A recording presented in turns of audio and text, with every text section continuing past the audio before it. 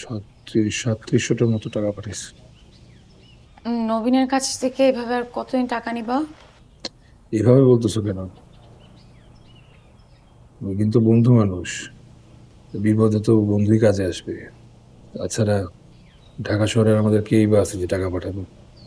সময় মতো আমি ওকে সব ফিরিয়ে দিব।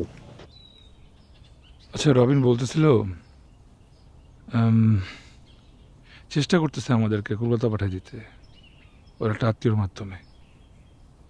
একবার কলকাতায় চলে যেতে পারলে টুলু শিকদার আর আমাদের খুঁজে পাবে না। কলকাতায় তো আমরা দুজন না, তিনজনে যেতে হবে। বুঝি নাই।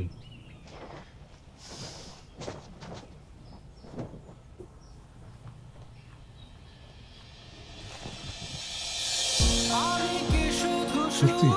হ্যাঁ, আস্তে আস্তে আস্তে আস্তে আস্তে, হ্যাঁ হ্যাঁ হ্যাঁ, আস্তে ছাড়ো।